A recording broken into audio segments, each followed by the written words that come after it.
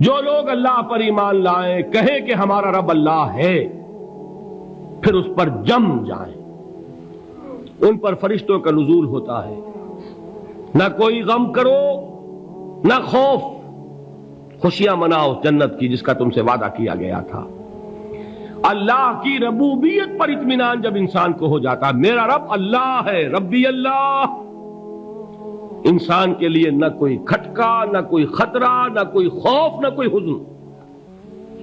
جو کچھ ہو رہا ہے کس کے اذن سے ہو رہا ہے؟ اللہ کے اذن سے۔ اللہ کے اذن کے بغیر پتہ تک نہیں ہلتا۔ یہ کوئی اندھا بہرا مادہ نہیں ہے جس سے مجھے کوئی خوف ہو۔ اندھا بھینسا چلا آ رہا ہو اس سے تو ڈرنے کا ہر انسان کو ڈرنا چاہیے، نہ معلوم کس کو ٹکر مار دے، لیکن نہیں، اس کائنات کو چلانے والا ایک سمیع و بصیر خدا ہے، وہ جو میرا دوست ہے، میرا ولی ہے۔ اللہ ولی الذین آمنوا یخرجہم من الظلمات الی النور۔ اللہ اہل ایمان کا ولی ہے، ساتھی ہے، پشت پناہ ہے، مددگار ہے، حمایتی ہے۔ بتائیے جسے یقین ہو جائے کہ اللہ میرا مددگار، اللہ میرا محافظ، اللہ میرا پشت پناہ، اللہ میرا حمایتی، اس کے لیے کوئی خوف ہوگا؟ اس سے کوئی ڈر ہوگا؟ میں مثال دیا کرتا ہوں ایک بہت سادہ، پنجاب کے دیہات کی۔ تو بڑا چودھری ہے اور کوئی غریب کسان ہے۔ اس غریب کسان کے جانوروں کو ہر وقت اندیشہ ہوگا چوری کا، کوئی میری بھینس کھول کر نہ لے جائے، کوئی میرا بیل کھول کر نہ لے جائے۔ لیکن جس کے بارے میں یہ سب کو معلوم ہو کہ وہ جو بڑا چودھری ہے وہ اس کا دوست ہے، اس کی بچیا کو کوئی خوف ہوگا؟ اس کی بھینس پر کوئی ہاتھ ڈالے گا؟ اسے کوئی اندیشہ ہوگا؟ نہیں۔ کیوں؟ کہ وہ بڑا چودھری، بڑا اس کا یہاں کا سردار، جاگیردار، سب کو معلوم ہے وہ میرا دوست ہے، کوئی میرے خلاف اقدام نہیں کر سکتا۔ اس دنیا میں یہ چھوٹی سی بات اگر آپ کے دلی اطمینان اور سکون کا باعث بن سکتی ہے تو ذرا تصور کیجئے۔ میں لفظ تصور استعمال کروں گا صرف اس لیے کہ اس کا ہم جس کو کہتے ہیں ادراک اور شعور کر نہیں سکتے، اگر کے ساتھ کر سکتے۔ اگر یقین ہو کہ اللہ میرا مددگار اور یقین ہو کہ اللہ ہر آن میرے ساتھ ہے، پھر کوئی خوف، کس کا خوف؟ کوئی شے اللہ سے بالا تر ہے؟ کوئی قوت اس سے زیادہ طاقتور ہے؟ کوئی اس کے ارادے کو بدلنے والا ہے؟ کوئی اس کی مشیت کے آڑے آنے والا ہے؟ یہی بات ہے جو حضور نے فرمائی۔ یہ ایمان کا حاصل ہے لب لباب، کہ دیکھو اچھی طرح اس بات کو ذہن نشین کر لو، اگر تمام انسان مل کر تمہیں کوئی نقصان پہنچانا چاہے نہیں پہنچا سکتے، مگر جو کچھ اللہ نے لکھ دیا ہو، اور تمام انسان مل کر تمہیں کوئی نفع پہنچانا چاہیں نہیں پہنچا سکتے، مگر وہ شے جو اللہ نے طے کر دی ہو۔ آپ پھر میں کہوں گا ذرا طاری کیجئے، اسے فرض کیجئے، اسے سوچئے، اگر اس حدیث پر ہمارا دل ٹھکا ہوا ہو تو کسی سے ڈر ہوگا؟ یہ مجھے نقصان نہ پہنچا دے، یہ میری رپورٹ خراب نہ کر دے، یہ میری انکریمنٹ نہ رکوا دے، یہ میرا یہ نہ بگاڑ دے، یہ میرا یہ نقصان نہ پہنچا دے۔ اس کا ڈر، اس کا ڈر، اس کا خوف، اس کی خوشامد، اس کے لیے جا کر طرح طرح سے اپنی عزت نفس کو ذلیل کروانا اس کے سامنے، یہ سب کچھ کیوں کرتا ہے انسان؟ جب سمجھتا ہے کہ اس کے ہاتھ میں میرا کوئی نفع ہے، اس کے ہاتھ میں میرے لیے کوئی ضرر ہے، یہ مجھے کوئی غضب پہنچا سکتا ہے، یہ مجھے کوئی نقصان پہنچا سکتا ہے، یہ میرا کوئی کام بنا سکتا ہے، یہ میری کوئی ضرورت پوری کر سکتا ہے، اسی کا نام شرک ہے۔ جہاں آپ نے یہ سمجھا کہ غیر اللہ کے اندر کوئی طاقت موجود ہے، وہی شرک ہے۔ بتوں سے تجھ کو امیدیں، خدا سے نومیدی، مجھے بتا تو صحیح اور کافری کیا ہے؟ شرک تو یہ ہے۔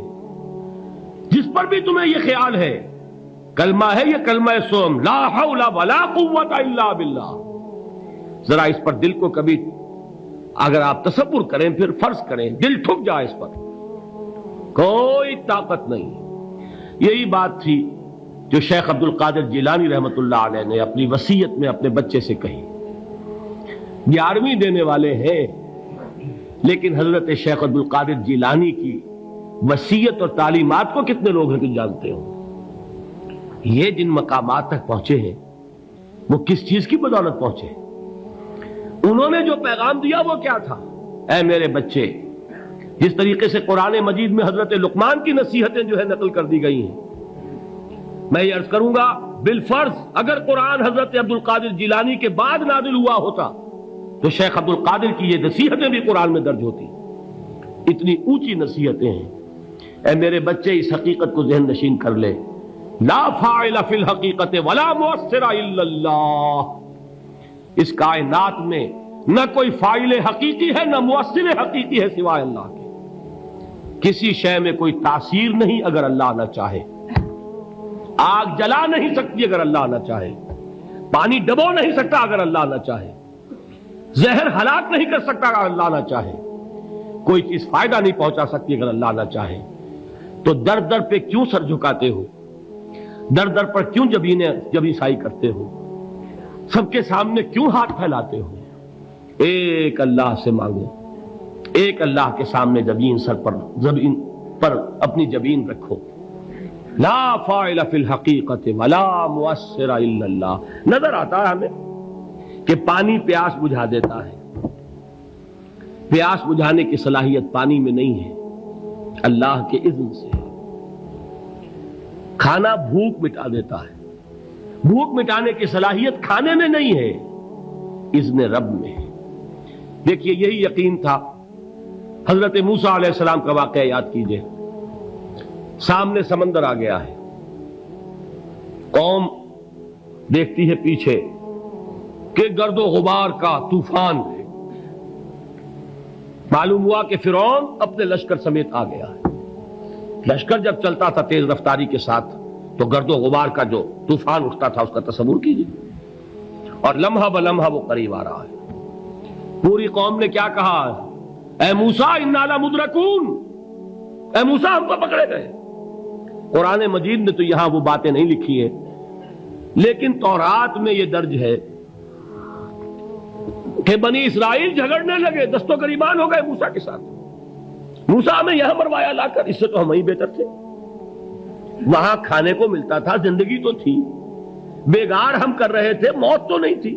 اب جو کچھ ہوگا اس کا تصور کرو، جس طریقے سے ہمارے ٹکڑے اڑائے جائیں گے. تو لڑ رہے ہیں حضرت موسیٰ علیہ السلام سے. یہ تورات کی تفصیل ہے. قرآن میں صرف اتنا آیا ہے، پریشان ہو کر انہوں نے کہا انا لمدرکون، موسیٰ ہم تو پکڑے گئے. اس وقت موسیٰ کا جواب کیا ہے؟ کلا ان معی ربی سیہدین. نہیں، میرے ساتھ میرا رب ہے، وہ راستہ دے گا. بتائیے کہاں راستہ نظر آ رہا ہے؟ یہ ہے ایمان بالغیب. راستہ نظر نہ آئے تب اللہ پر یقین ایمان ہے. جیب میں پیسے ہوں اور تب دل کو اطمینان ہے تو ایمان کس پر ہوا؟ پیسے پر، اللہ پر نہیں. جب وسائل و ذرائع نہ ہو اور پھر یقین ہو کہ اللہ مسبب الاسباب ہے، وہ اسباب کا پابند نہیں ہے، وہ اسباب کا محتاج نہیں ہے، اسباب اس کے محتاج ہے. اگر یہ یقین ہے تو اللہ پر ایمان ہے. یہ نہیں ہے تو تمہارا ایمان اسباب پر ہے، وسائل پر ہے، ذرائع پر ہے، مادیات پر ہے، اللہ پر نہیں. اس وقت کہاں راستہ تھا؟ کوئی راستہ تھا؟ سمندر ہے اور ادھر سے لشکر آ گیا ہے. کلا ان معی ربی سیہدین. اب دیکھیے ایمان کہہ دینا آسان ہے، ہوا معکم اینما کنتم، جہاں کہیں بھی تم ہوتے ہو اللہ تمہارے ساتھ ہوتا ہے. لیکن اس کا یقین قائم ہو جائے تو زمین و آسمان کا فرق واقع ہو جائے. یہی بات ہوئی حضور کے ساتھ. غار ہے، چھپے ہوئے ہیں محمد الرسول اللہ اور آپ کے وہ یار غار ابو بکر صدیق رضی اللہ تعالی عنہ. اقبال نے حضرت ابو بکر کی شان میں چند اشعار کہے صرف، لیکن واقعہ یہ ہے کہ بھاری بھاری نظموں پر اور قصیدوں پر بھاری ہے. طویل ترین نظمیں اور قصیدے ہوں ان پر بھاری ہے. ہمت ابو بکر کی ہمت جو ہے کشت ملت را چو ابر، جیسے بارش سے کھیتی اپجتی ہے، ابو بکر کی ہمت اور عزیمت اس امت کو اسی طرح سینچنے والی ہے۔ ثانیے اسلام و غار و بدر و قبر، وہ دوسرے تھے اسلام میں، دوسرے پہلے کون تھے؟ انا اول المومنین، حضور فرماتے ہیں سب سے پہلا ایمان لانے والا میں، دوسرے ابو بکر۔ ویسے ہمارے ہاں یہ چلتا ہے اختلاف، حضرت علی پہلے ہیں کہ حضرت ابو بکر پہلے ہیں، لیکن اس میں بڑی خوبصورت تطبیق قائم کی ہے علماء نے، اور بہت صحیح ہے۔ چار کے بارے میں فیصلہ ہی مت کرو کہ کون پہلے ہے، ان کی ایک عجیب تقسیم کر دی ہے۔ آزاد مردوں میں، بالغ مردوں میں سب سے پہلے ابو بکر، بچوں میں سب سے پہلے علی، خواتین میں سب سے پہلے خدیجہ، اور غلاموں میں سب سے پہلے زید ابن حارثہ۔ بڑی پیاری تقسیم ہے، یہ چاروں ہی پہلے ہیں، ہر ایک کے لیے اولیت ہے۔ اور واقعہ یہ ہے کہ اگر زمانی اعتبار سے تعین ہوگا تو پہلے خدیجۃ الکبریٰ آئیں گی رضی اللہ تعالی عنہ، کسی اور سے بات کرنے کی نوبت بعد میں آ سکتی ہے، پہلے تو اہلیہ محترمہ سے بات ہوئی، آتے ہی پہلی وحی ہوئی ہے، ابھی تبلیغ کا حکم نہیں تھا۔ کس کو بتایا واقعہ؟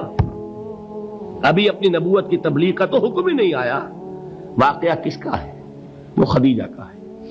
جب کہا ہے کہ خشیت علی نفسی، مجھے اپنی جان کا اندیشہ ہے، تو کیا جواب دیا خدیجہ نے رضی اللہ تعالی عنہا؟ وہ صدیقۃ الکبریٰ ہے، صدیقات جو ہے خواتین، ان میں چوٹی پر خدیجۃ الکبریٰ ہے رضی اللہ تعالی عنہا، اور صدیق جو مرد ہیں ان میں صدیق اکبر ہے ابو بکر صدیق رضی اللہ تعالی عنہ، لیکن صدیقات میں چوٹی پر۔ جب حضور نے فرمایا خشیت علی نفسی، کیا فرمایا، کیا عرض کیا، کیسے تسلی دی؟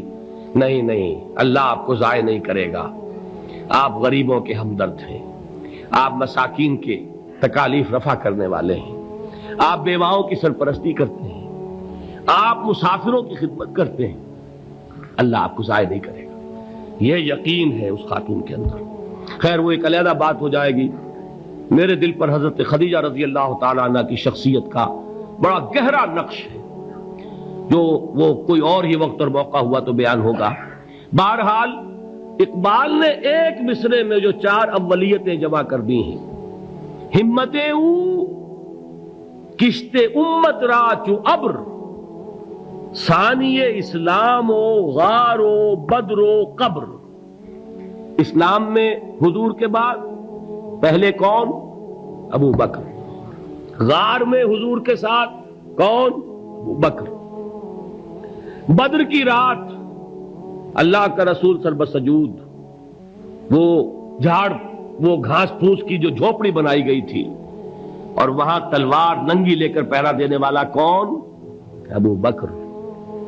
اور اس حجرہ عائشہ میں محمد کے بعد سب سے پہلے دفن ہونے والا کون؟ ابو بکر رضی اللہ تعالی عنہ صلی اللہ علیہ وسلم۔ وہ جو معاملہ میں سنا رہا تھا غار ثور کا، حضرت ابو بکر بھی حضور کے خیال سے لرز گئے ہیں۔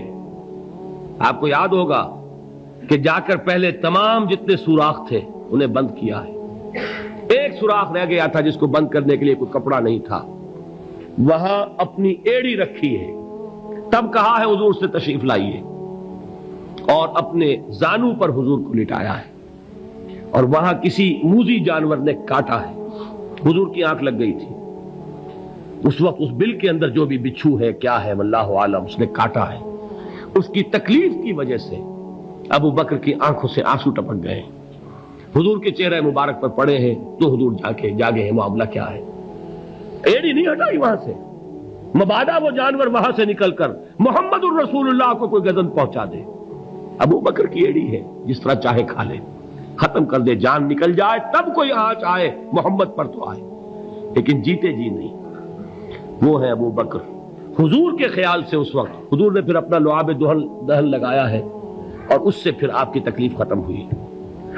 جیسے خیبر میں حضرت علی کی آنکھ دکھ رہی تھی، اس کو جو شفا حاصل ہوئی ہے وہ بھی حضور کے لعاب دہن سے ہوئی۔ تو بہرحال اس وقت انہوں نے کہا ہے کہ اے نبی یا رسول اللہ، اگر اس وقت ان میں سے کسی نے غیر ارادی طور پر بھی اپنے قدموں کی طرف جھانک لیا تو پکڑے جائیں گے۔